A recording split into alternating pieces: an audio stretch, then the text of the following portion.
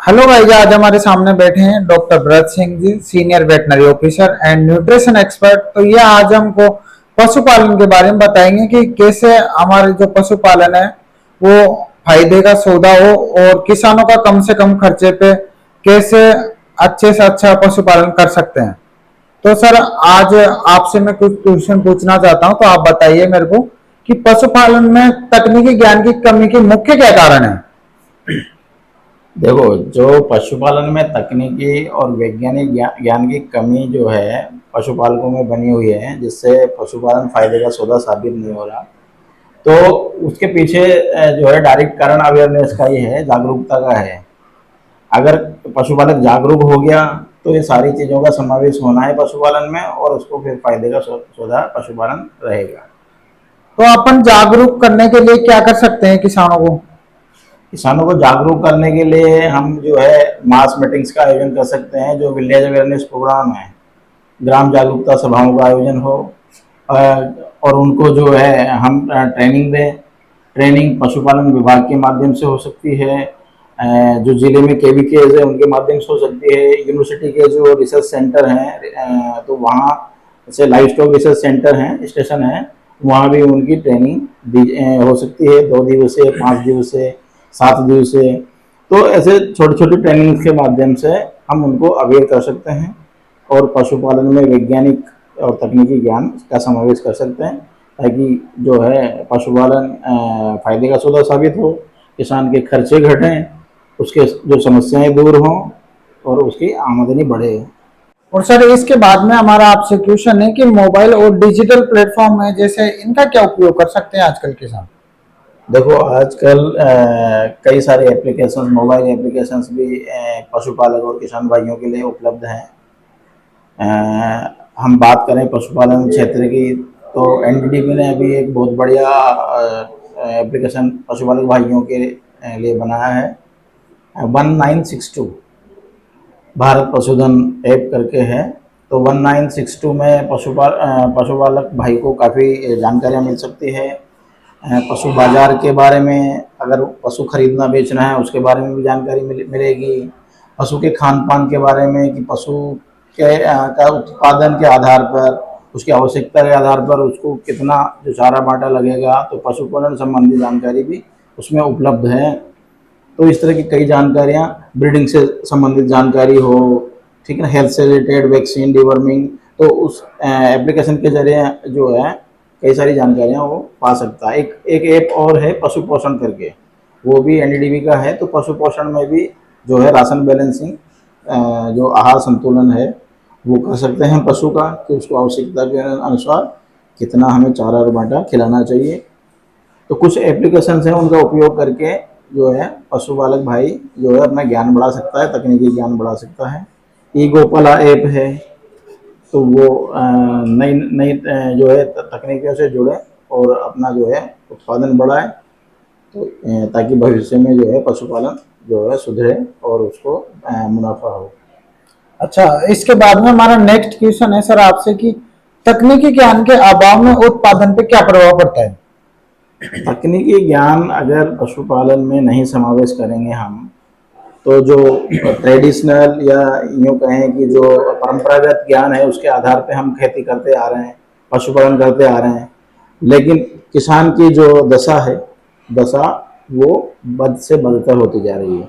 बिल्कुल सर। क्योंकि खर्चे बढ़ गए हैं, और जो है उसके उत्पाद का जो है बाजार मूल्य उतना नहीं बढ़ पा रहा, उस अनुपात में खर्चे ज़्यादा बढ़ रहे हैं। तो पशुपालन हो या कृषि हो, फायदे का सौदा जो है साबित नहीं हो पा रहा। तो उसका तरीका यही है कि हमें प्रति इकाई, प्रति क्षेत्र या प्रति पशु उत्पादन बढ़ाएं हम, और दूसरा यह है कि हम अपना खर्चा कम करें। जो पर यूनिट कॉस्ट है किसी भी उपकरण की, चाहे खेती हो, पशुपालन हो, तो वो प्रति यूनिट जो है कॉस्ट को भी हम घटाएं, उस पर हमें ध्यान देना होगा, पशुपालक भाई को ध्यान देना होगा। और ये सब चीज़ें जब तक वो तकनीकी ज्ञान या वैज्ञानिक आधार पर खेती और पशुपालन नहीं करेगा, तो ये नहीं आने वाली चीज़।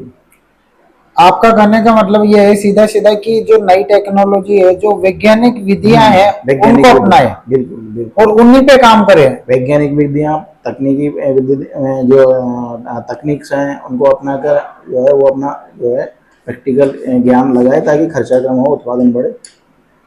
ताकि तभी अपना जो पशुपालन है वो फायदे का सौदा हो सकता है बिल्कुल बिल्कुल और कम से कम लागत में अच्छा प्रोडक्शन अपन ले सकते हैं। बिल्कुल ultimate production in minimum cost.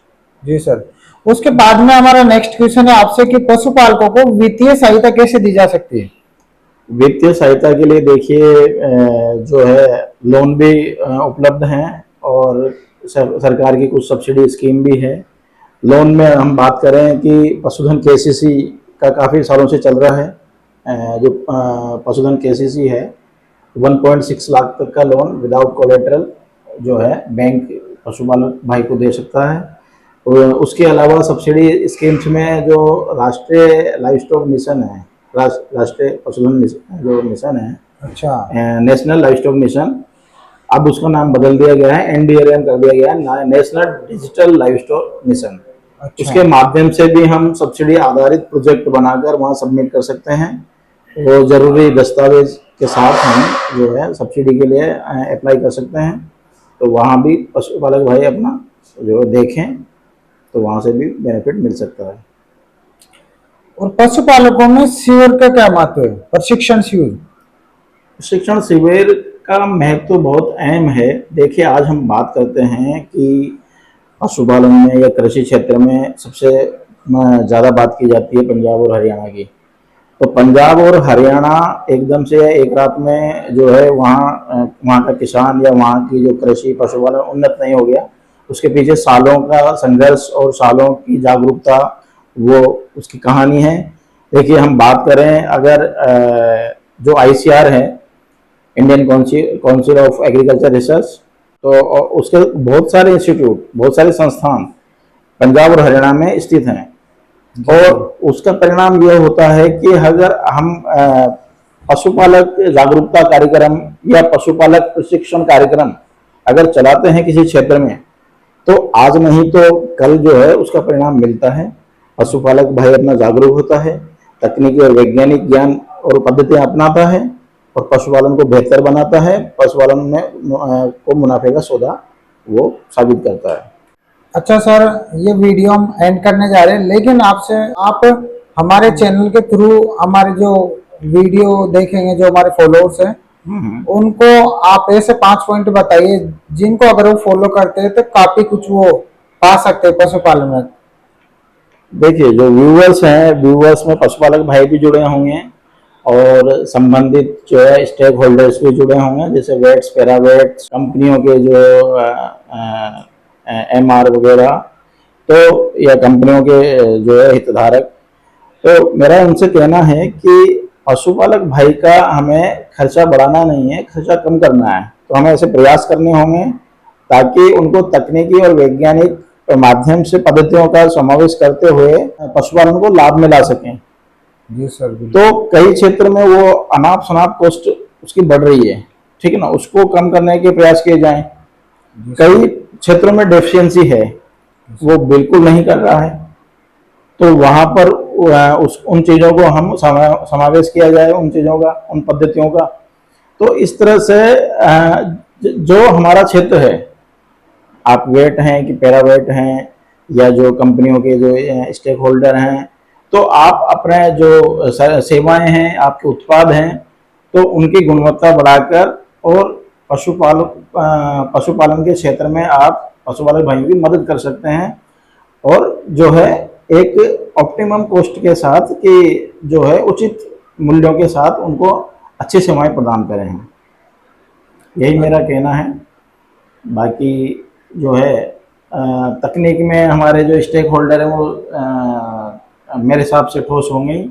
अगर नहीं है तो उनके लिए भी सुझाव है कि हम समय समय पर जो है एक स्किल डेवलपमेंट, कौशल विकास का जो है कौशल विकास अपने अंदर करते रहें, नई नई तकनीकियाँ, पद्धतियाँ सीखते रहें, ताकि हम उनको फार्मर या फार्म तक डिलीवर कर सकें, ताकि अपने किसान भाई की, पशुपालक भाई की मदद हो सके, उसकी आय बढ़ सके। थैंक यू सर, आपका बहुत बहुत धन्यवाद।